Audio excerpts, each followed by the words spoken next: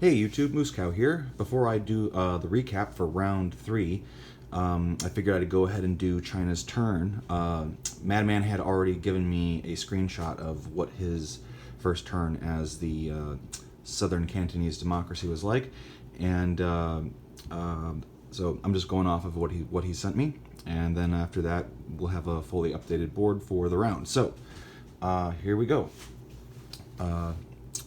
For China, I'm going to buy 2 infantry and save 2 IPCs. Each side starts with 8 IPCs. But yeah, I'm going to buy 2 infantry. He's clearly throwing it at me, so here we go. Infantry and cavalry from Manchuria is going to go into attack Chahar, that's contested. And the cavalry from Shensi is going to go 1-2 into Yunnan with this infantry as well, and then this infantry from Xikang is going to Shensi, and this infantry from Shensi is going to Sichuan. So yeah, we got 2 battles here, and let me think. Just think what else. Okay, cool. Yeah, that's what I'm gonna do. Okay, so here we go. Here's 3 2s, and he's got a 3 defending here in Chahar.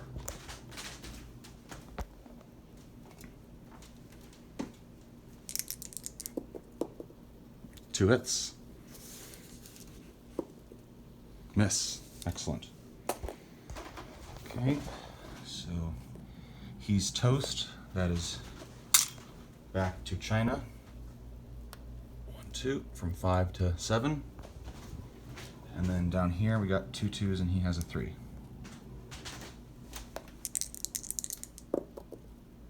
Misses. Hit. Okay. I'll lose the cavalry. Contest that. So he goes down to 8. New infantry I will place down in both in Chahar. And let's see.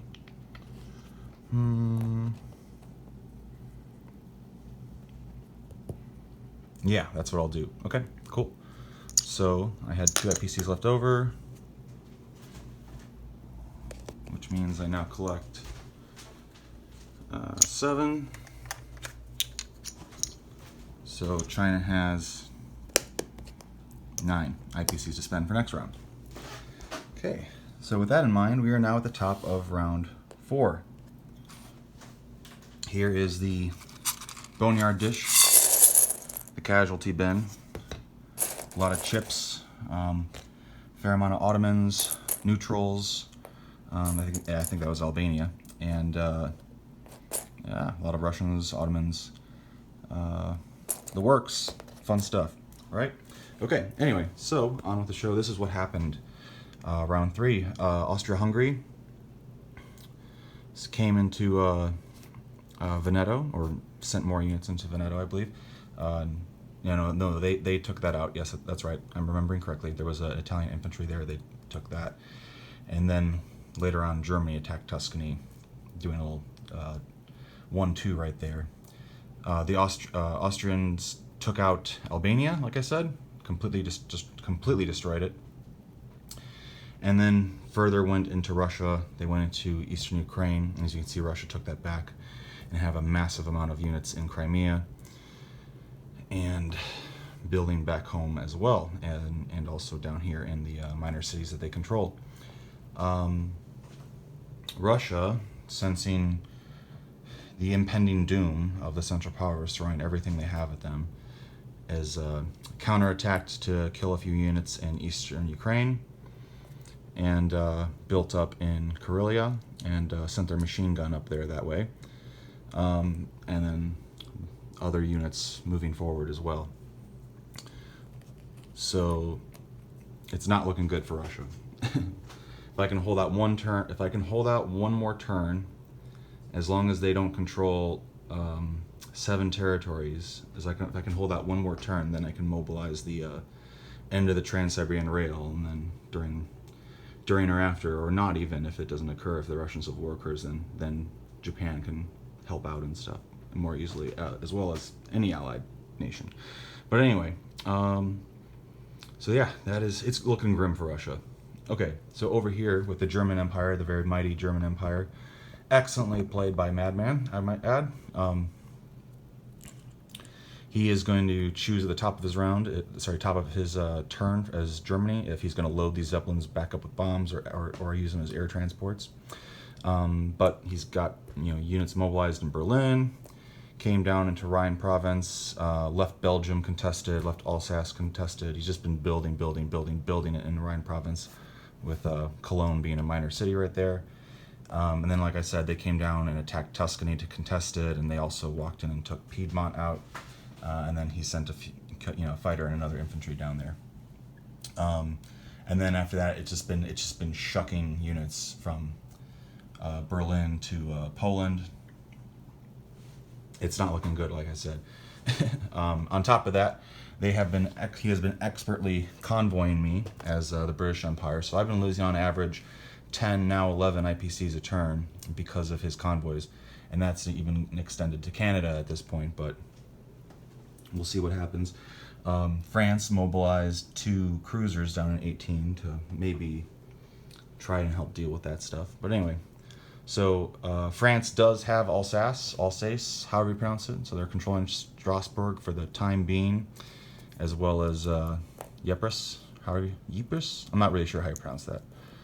But they have that city, and those minor cities. I'm sure they will lose them both momentarily. But we do have a very sizable force with a machine gun and more air power than he does currently in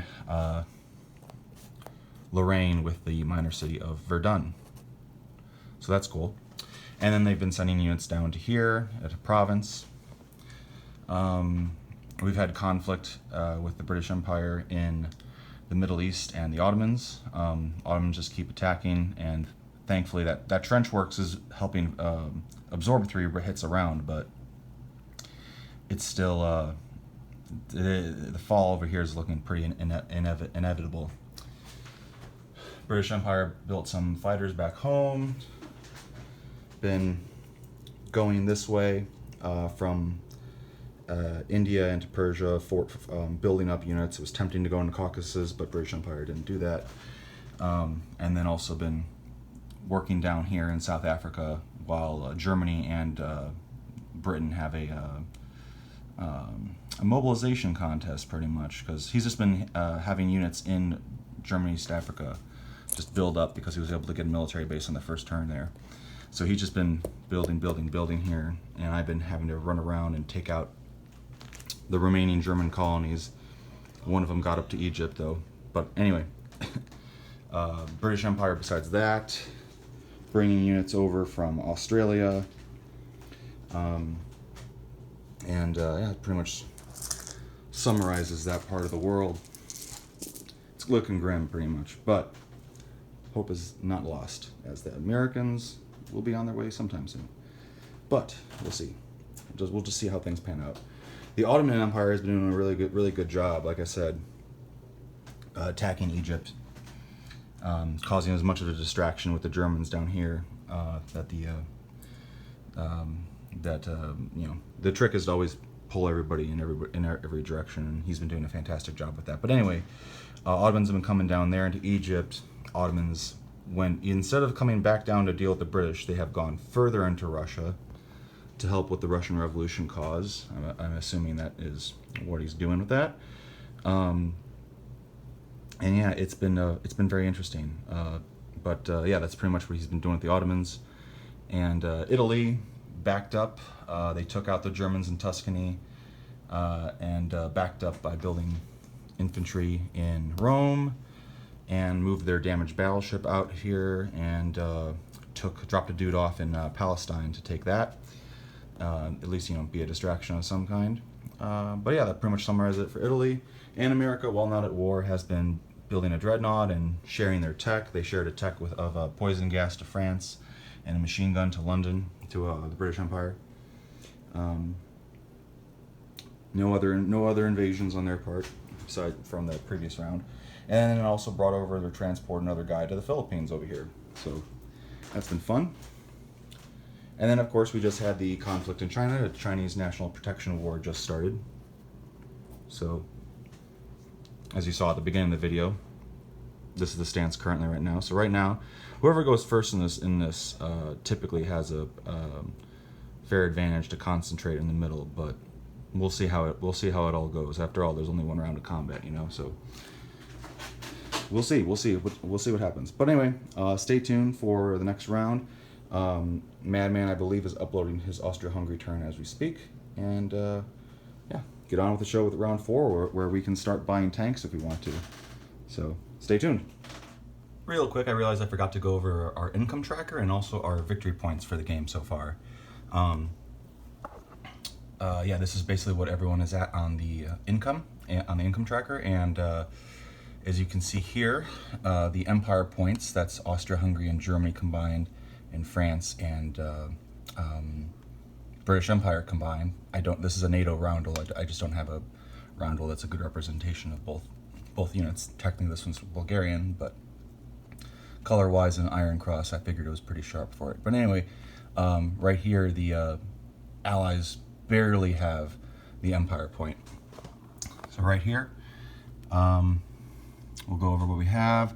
Allies have Western Front, favorable trade, currently the Russian Revolution, but many of these are very brittle and will be lost very shortly. They currently, like I said, have that empire point, and they currently have control of the most territories in Africa. The Central Powers technically still have Pacific colonies, but they'll probably lose it sometime soon. And what is this? Sofia. Oh yeah, sorry, they have Sofia, because they don't start with that, so that counts as a victory point for them. And then, let's see, Belgrade, they have that. They have Belgrade, Black Sea, Balkans. They have they have Allies and Central Powers have 3 minor cities, and the Central Powers have 5 minor cities. 1, 2, 3, 4, 5, 6. So if they have one more, then they can get 7 minor cities, which will be another victory point. So right now, I would say this is looking very in the Central Powers' favor, but you know, as the time goes on, the tide can still turn. Different things can happen, and that's what we're all eagerly waiting for, to see how this pans out. But anyway, on to round 4.